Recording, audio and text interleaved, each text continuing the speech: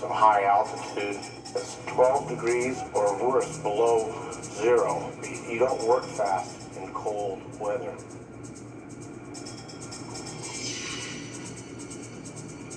It's been a very tough movie in a sense that there's a snowstorm going on in the movie all the time. Whenever we are outside, we have to have the whole nature blanketed with snow and snow in the air. And the movie has a lot of big sets. When you're dealing in the scale of an airport, every set seems to become enormous.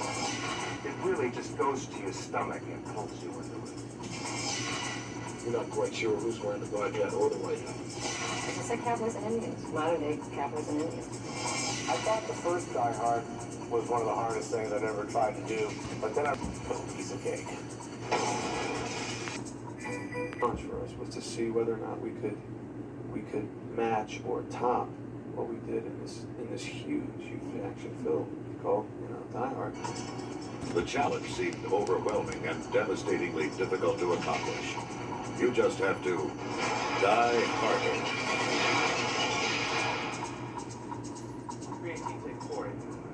Die harder. Sound impossible? It almost was. The story of the making of Die Hard 2 is a saga almost as exciting as the movie itself. In the next half hour, we'll show you why.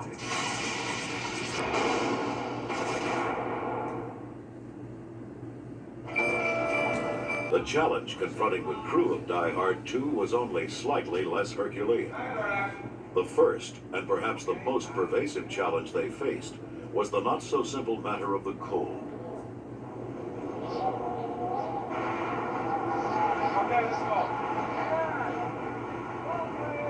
This is logistically probably one of the hardest films that has ever been made here. Keep moving around, folks. Keep moving around. We've been averaging 10 degrees below, 15 below zero for a lot of nights now. It's cold out here. Crew has worked incredibly hard on this thing under probably the most adverse conditions that anybody's ever worked under.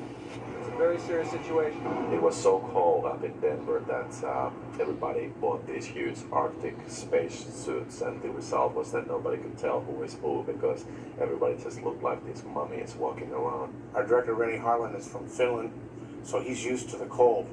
He just keeps working along, and the rest of us are trying to get used to it. I think for the crew it was much tougher because they are all Southern California wimps and they couldn't take it. Let's just go right away, real fast, one more time. A snowy blizzard is an integral part of the Die Hard 2 story, and that means Melt the moment we start shooting. We would land there, put our cameras up, and the snow will melt. Cameras, don't roll until I tell you, okay? You gotta wait for the snow to get here. The snow actually turned out to be one of the characters in the film. And we had to move 3 or 4 times we had to kind of chase the snow. Normandy than it is to get this thing shot. All right. Okay, open the doors, please, Boris. Ain't good. Open the doors. So, in charge of the clown. Hey, what's happening, Bob? I ain't seen you since Wiggler Brothers, It's been a while, hasn't it? finally, when temperatures rose and the last snow melted, the need for on-screen flakes didn't dissolve with it. For us, a rather large ice chipping machine that chews up 340-foot trailers loaded with 300-pound blocks of ice. Straight out. Trailer moved along and shipped ice. Bunch of artificial snow. Concerned about the environment, the producers insisted that these flakes be biodegradable. We used various types of plastic snow. We used foam, we call it JetX system. I've even resorted to going to a soap factory and having them take the soap part out of the flake they make and produce for me a flake big enough that looks like snow, just for ecological reasons. Just as this storm. Coming up next, the secrets behind the dazzling special effects and spectacular stunts of Die Hard 2.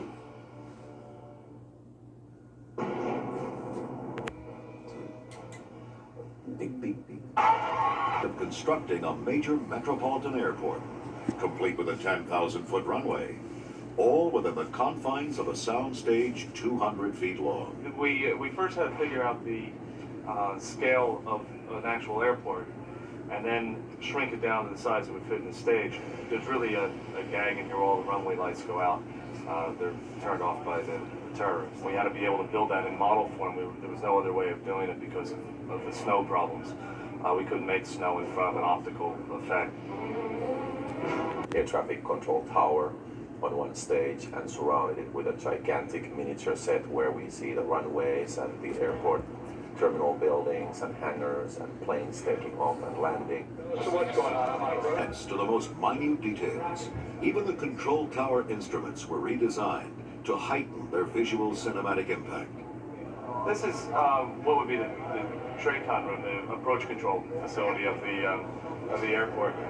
We built this up to simulate where the traffic would be handled. Where for it in a graphics program for a computer. It's quite an involved process. Just Without airplanes. Customized, of course. They have a full-scale wing of a 747 that we've been shooting on. We are rolling.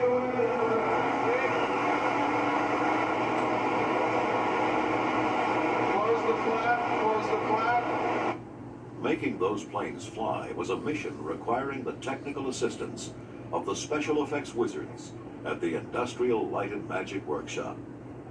Basically, we're just laying down a huge carpet of smoke, and we're hoping that the wind will come back so that the wind will just carry that carpet of smoke off down the runway.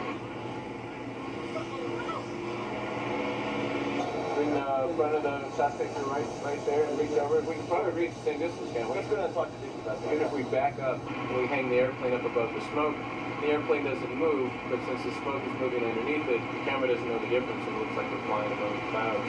There we go. Better. Reacting is what we call it. It's reacting to things that aren't there. Looking out, playing out the window at a bunch of grips, blowing smoke, waving things and, blinking lights. And Cut. Good. I was just wondering, I have loved most about working on these Die Hard movies is I really feel like I'm participating in that Hollywood, legendary Hollywood illusion. But the real fun came when it was time to blow up the planes. But before the tests like this one, for the crash of a mythical British airliner. This is the third test we did. We did a few more up in Northern California just to get an idea of what mixture we wanted. Pro snaps. A couple more cuts out of it, a little more drama. Watch this. Ending. There's actually crashing. There's actual real-life plane wreckage for the aftermath sequence. Giant mogul is kind of near a highway, and he jumps this big hill to get away from them. And as he does, he goes over a truck. And as he does that, they're firing at him. They blow the snowmobile up, and he gets blown off it. He trips the explosion, and off he goes. And it blows up at the same time. So it's kind of a spectacular stunt. Boom! Bruce Willis wants to do his stunts himself. Right here. That's it. Charlie and I have to calm him down and tell him not to do that because we want to keep him alive and well so that we can shoot also the following day. Pull it here. Oh, you lose me? There's only one way to really make it look like you're trying to kill someone, and that is to try and kill them. Does that look pretty? I would feel a lot better about it if you put it at him. Like this. Where would you kick me? Well, you have to turn me here. Right? You're here. When they go over, you should wind up like that. Down. But it's pretty great. About what he does. Bruce Willis is running around. He's got his hands full with stunts. We have a scene where we actually fly a real helicopter over the wing of a real 747. To the wing, and we proceed to have a huge fight with two different guys on the wing of a moving 747. I don't think that's ever been done. Have been met and the problems overcome. Hard work and we had to not take ourselves so seriously. I mean, we're really asking the audience to kind of buy into the fact that this huge coincidence happens, that I am once again in a place that happens to be taken over by terrorists, and I think we ask the audience to kind of just come along with us. Go. I mean, the only thing that he could do after this would maybe be to save the planet.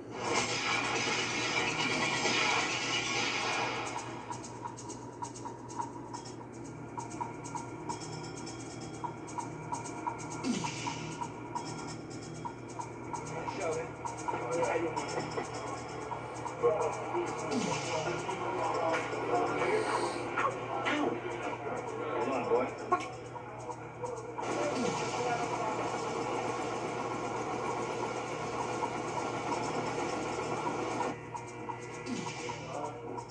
Just working on the line.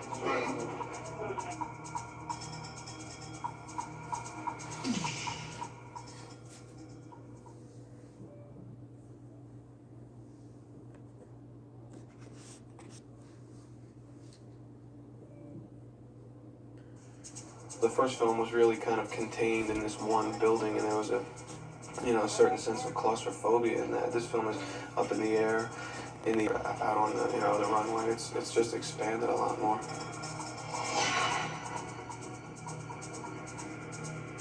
The snow actually turned out to be one of the characters in the film. We had to move 3 or 4 times to we had to kind of chase the snow. That was really, the challenge for us, was to see whether or not we could match or top what we did in this huge action film called Die Hard, and I think we've surpassed that. It really just goes to your stomach and pulls you into it. You're not quite sure who's wearing the black hat or the white hat. It's just like Cowboys and Indians, modern day Cowboys and Indians. I thought the first Die Hard was one of the hardest things I'd ever tried to do, but then I realized when I could cake.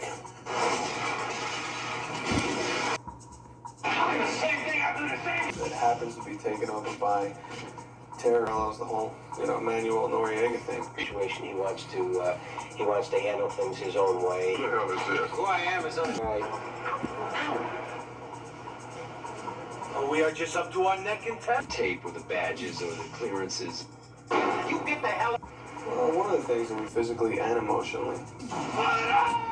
Stunts himself, and sometimes Charlie and I have to calm him down and tell him not to do that, because we want to keep him alive and well so that we can shoot also the following day. We have a scene where we actually fly a real helicopter over the wing of a real 747. Fly a real helicopter over the wing of a real 747. And I jump huge fight with 2 different guys on the wing. Really make it look like you're trying to kill someone, and that is to try and kill them. Die Hard 2, Die Harder. Bigger, badder, louder.